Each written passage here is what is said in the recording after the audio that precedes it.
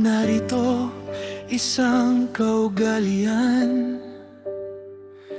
Kapag ang lupa ay tumanggap ng binhi, o ang dagat ay tumanggap ng barko, o anumang sisidlan ay tumanggap ng pagkain o inumin, na kapag ang pinagtaniman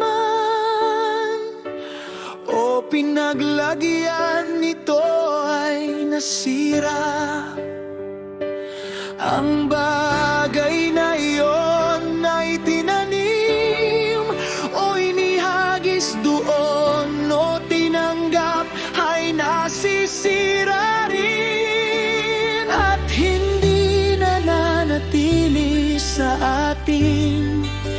Ngunit sa atin ay hindi nangyari ang gayon, sapagkat tayong tumanggap ng kautusan ay napapahamak dahil sa kasalanan, at ang ating puso rin na tumanggap nito. Gayunpaman ang kautusan ay hindi napapahamak, kundi nananatili sa kanyang bisa. At nang sambitin ko ang mga bagay na ito sa aking puso, tiningnan kong muli ng aking mga mata, at sa dakong kanan ay nakakita ako ng isang babae. At narito siya'y nanaghoy at umiyak ng malakas, at labis ang bighati sa puso, at ang kaniyang damit ay punikit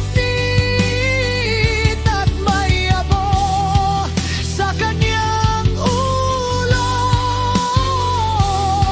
Kaya't pinakawalan ko ang aking pag-isip na aking kinaroroonan, at humarap ako sa kaniya.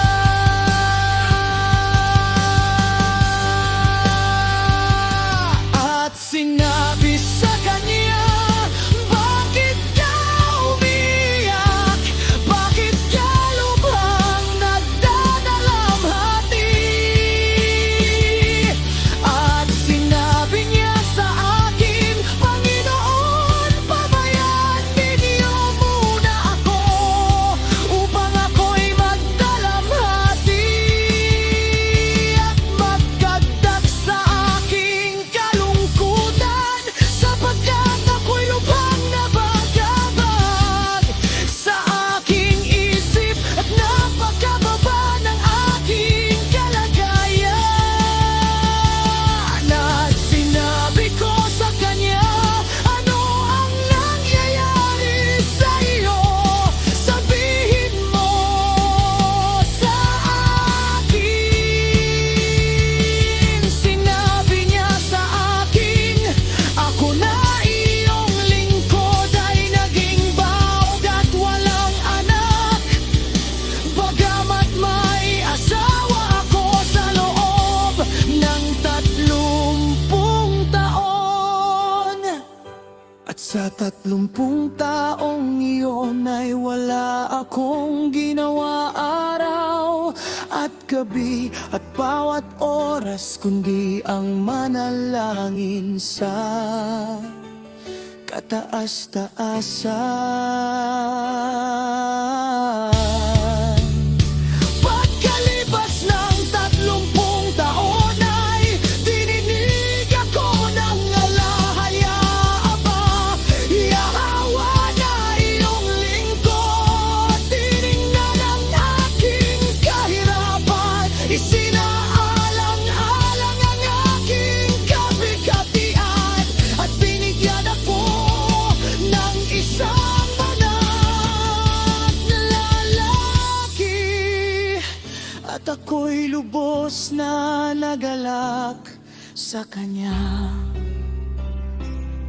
Gayon din ang aking asawa at ang lahat ng aking kapitbahay. At nagbigay kami ng malaking pagpupuri sa makapangyarihan sa lahat.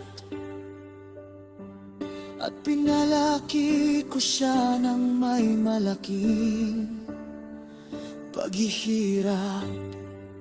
Kaya't nang siya'y lumaki,